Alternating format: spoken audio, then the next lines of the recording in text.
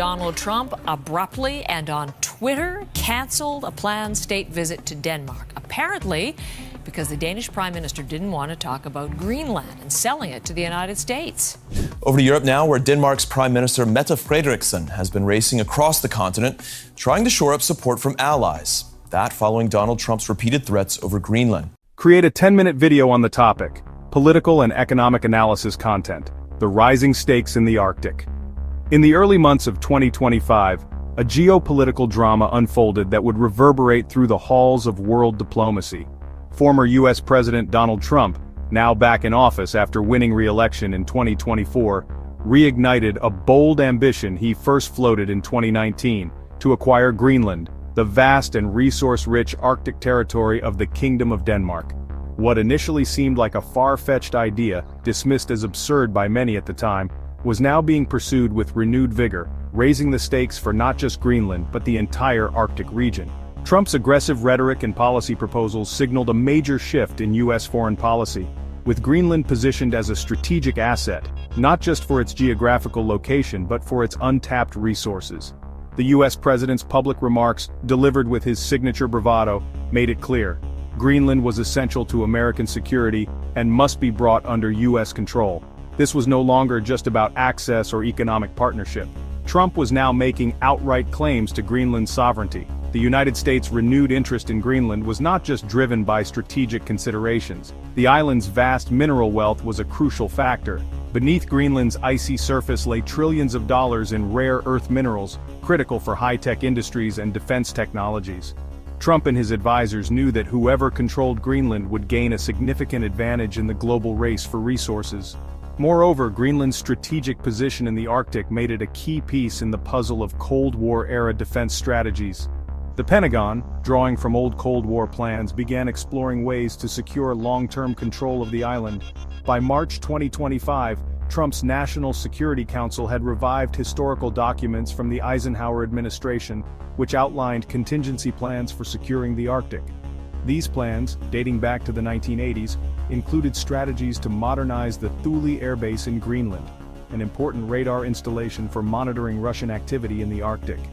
With the U.S. military's focus on Arctic defense intensifying, Trump's push for Greenland began to gain momentum, but it also generated significant backlash, especially from Greenland's leadership and its Danish allies.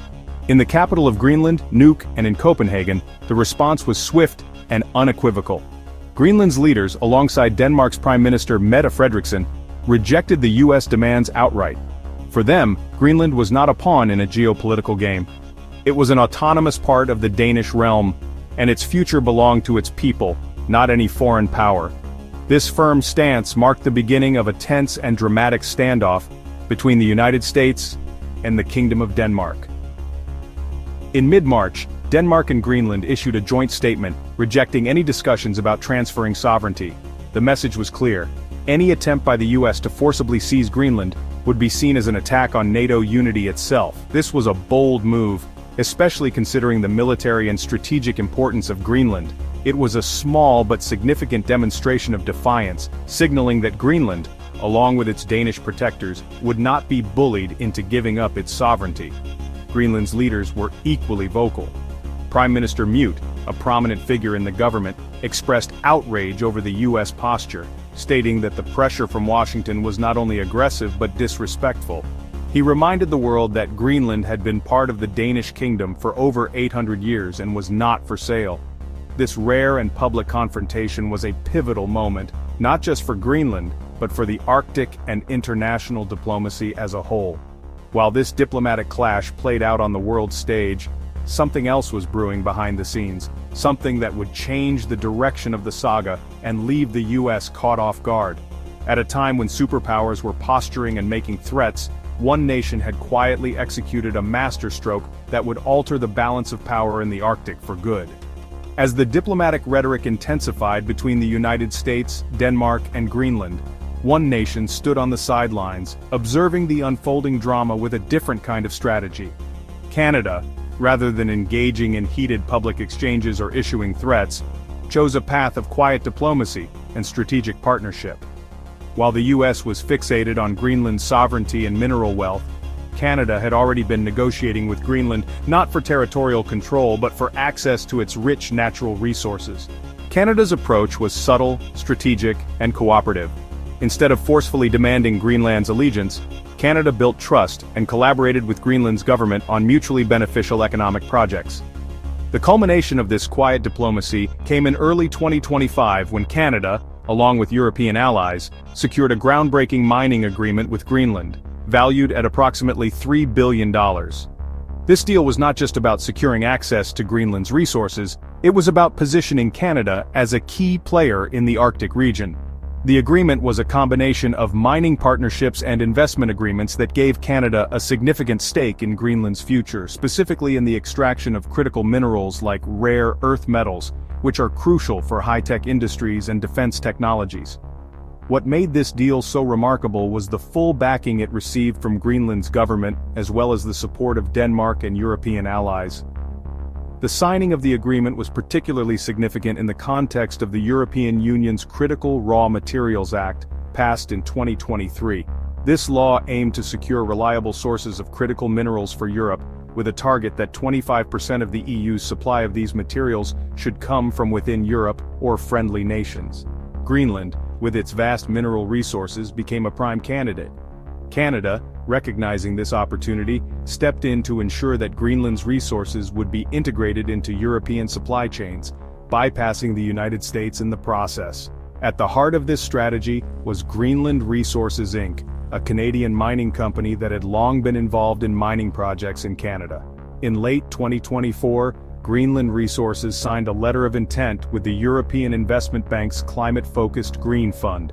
With additional support from Denmark's Export Credit Agency, Greenland Resources secured approval from Greenland's government for a 30-year mining license. This license allowed the company to develop a substantial deposit of molybdenum in Greenland, which would then be shipped directly to Europe. But that was not all. Another Canadian mining company, Amaroq Minerals, made a similarly astute move. Formerly known as Axe Gold, Amaroq had long sought to develop a rich gold deposit in southern Greenland. In early 2025, the company secured significant investment, including funds from Denmark's State Investment Fund and Norway's Sovereign Wealth Fund, to restart the project. By the time the funding was secured, it was clear that Greenland's mineral wealth would be channeled into European and Canadian supply chains, not American ones. This strategic move by Canada and its European allies sent shockwaves through Washington. While the US had been focused on securing Greenland's sovereignty through threats and diplomacy, Canada had quietly outmaneuvered it by securing access to the very resources that Trump had sought to control. What's more, the resources that the US had hoped to dominate were now in the hands of its allies, who were working together to develop Greenland's potential. The United States, which had assumed that Greenland's future would be decided in Washington, now found itself sidelined in a region it had long considered its domain. American officials were reportedly stunned by the news of the Canada-EU deal, and this geopolitical shift marked a turning point in the Arctic dispute. While Trump had tried to secure Greenland through threats of annexation and forceful rhetoric, Canada and its allies had chosen a path of partnership and cooperation. The ripple effects of this deal were felt immediately. Key U.S. industries, particularly in defense and technology, began to worry about their future access to Greenland's rare minerals.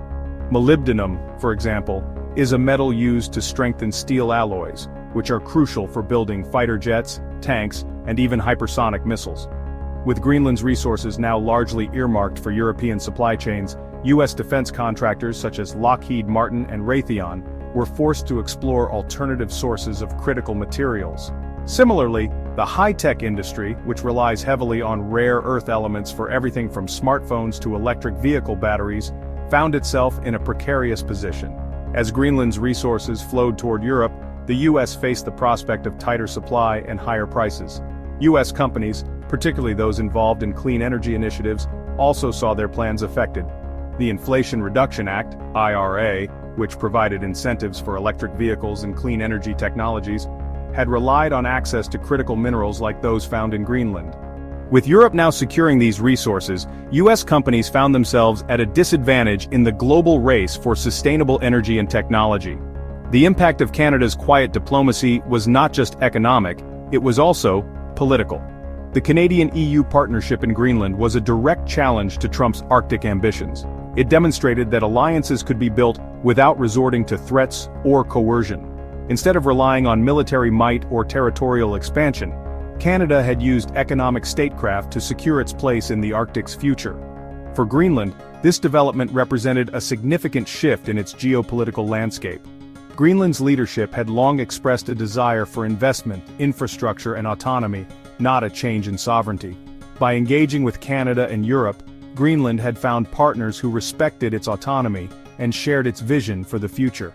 As a result, Greenland's relationship with the US began to sour, and the trust that had once existed between the two nations began to erode. As the Arctic geopolitical chess game continued, the US found itself increasingly isolated. It was no longer the sole player in the region, and its aggressive tactics had backfired. While the United States remained a key military player in the Arctic, its attempts to dominate the region economically had faltered.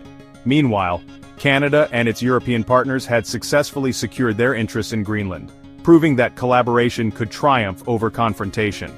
Stay tuned for Part 3, where we will explore the long-term consequences of these developments for US-Greenland relations and the future of the Arctic. By the summer of 2025, the geopolitical dynamics of the Arctic had shifted irrevocably. What started as a bold and aggressive push by the United States to claim Greenland as its own had evolved into something far more complex and ultimately less favorable for Washington. Despite Trump's grand ambitions, Greenland had not become the 51st state of the US. Instead, it had become a symbol of international cooperation, with Canada, Denmark, and Europe emerging as the key players in the region. The initial shock of Canada's strategic success in securing access to Greenland's resources had not worn off. The US was now forced to contend with the reality that it had been outmaneuvered in the very region it had once dominated. As Greenland's valuable minerals, including rare earth metals, molybdenum, and gold, began to flow toward European and Canadian markets, the U.S. found itself sidelined in the race for Arctic resources. This shift was not just an economic setback, it was a political blow to American influence in the region. One of the immediate consequences of this turn of events was the growing realization within the U.S. defense and technology sectors that Greenland's resources were now firmly tied to European and Canadian supply chains. For years, American companies had relied on the Arctic as a critical source of materials for military and technological applications.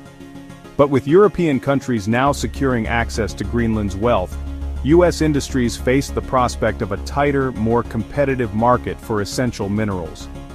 This impact was particularly evident in the defense industry.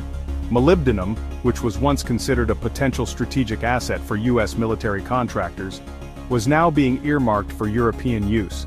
This caused significant concern within companies like Lockheed Martin and Raytheon, which relied on high-strength steel alloys made from molybdenum to build fighter jets, tanks, and other military equipment.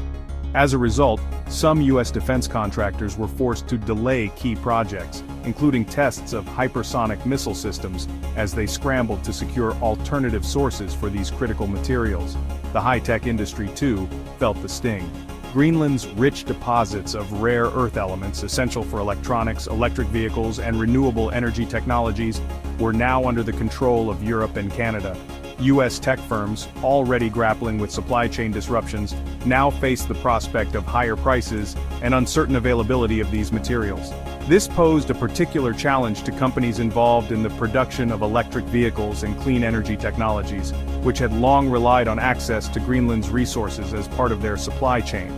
In the face of these economic challenges, U.S. lawmakers began to push back against Trump's approach.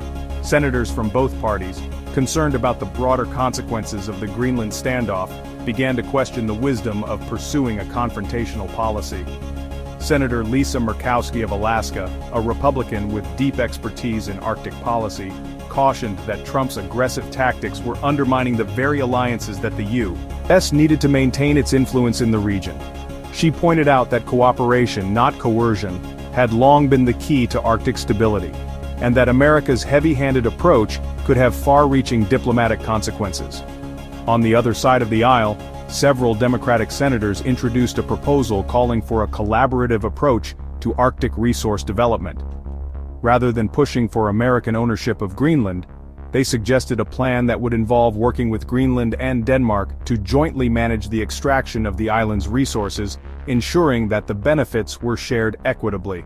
However, by this point, the damage had been done. Greenland's leadership had made it clear that they would not tolerate any further attempts to pressure them into surrendering their sovereignty, and the US proposal came across as too little, too late. The political fallout from the Greenland dispute began to affect US relations with its allies, particularly those in Europe. Countries like Norway, which had long been close to the US in the Arctic, rallied behind Denmark and Greenland, condemning Trump's approach. Norway's leadership made it clear that any attack on Denmark's sovereignty would be viewed as an attack on all Arctic nations.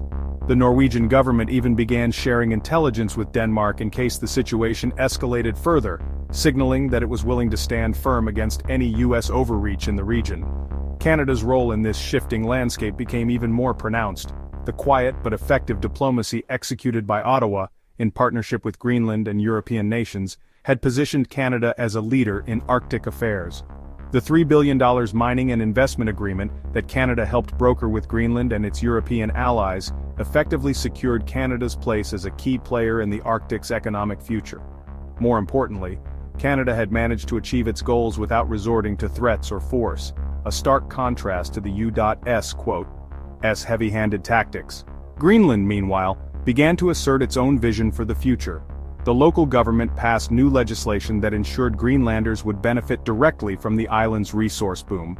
Mining companies were required to hire a significant percentage of local Greenlandic workers, and a portion of the profits from mining activities was earmarked for the creation of a sovereign wealth fund for Greenland's long-term development. This strategy not only guaranteed that Greenlanders would see tangible benefits from the mining industry, but it also paved the way for the island's eventual independence. The move allowed Greenland to reduce its dependency on Denmark, which currently provides an annual grant that covers about half of Greenland's budget. As Greenland's leadership worked to secure its economic future, it also focused on building stronger political and economic ties with Europe and Canada, solidifying its position as a key player in Arctic affairs. The island's growing influence in the Arctic was a testament to the power of collaboration over confrontation. For the United States, the Greenland saga represented a wake-up call. The US had long considered itself the dominant force in the Arctic, but this dispute showed that other nations, even smaller ones, could shift the balance of power. America's failure to secure Greenland, combined with its alienation of key allies, forced Washington to reconsider its approach. Moving forward, the US would have to adopt a more cooperative stance if it hoped to regain trust and influence in the Arctic region. In the end, the Greenland affair marked a pivotal moment in Arctic history. It underscored the growing importance of economic statecraft and cooperation in an increasingly multipolar world. The Arctic, once dominated by a few superpowers, was now a space where smaller nations and regional powers could wield significant influence. Greenland's story, and the shifting dynamics in the Arctic, would likely shape the region's future for decades to come. As the ice melts and new opportunities emerge, the Arctic will continue to be a region of intense geopolitical rivalry, but it will also be a place where collaboration and strategic partnerships can reshape the global balance of power. The US may no longer dominate the Arctic as it once did, but the future is still open for those who are willing to work together. Thank you for following this unfolding geopolitical story. Be sure to like and subscribe for more insightful analyses on global events and their long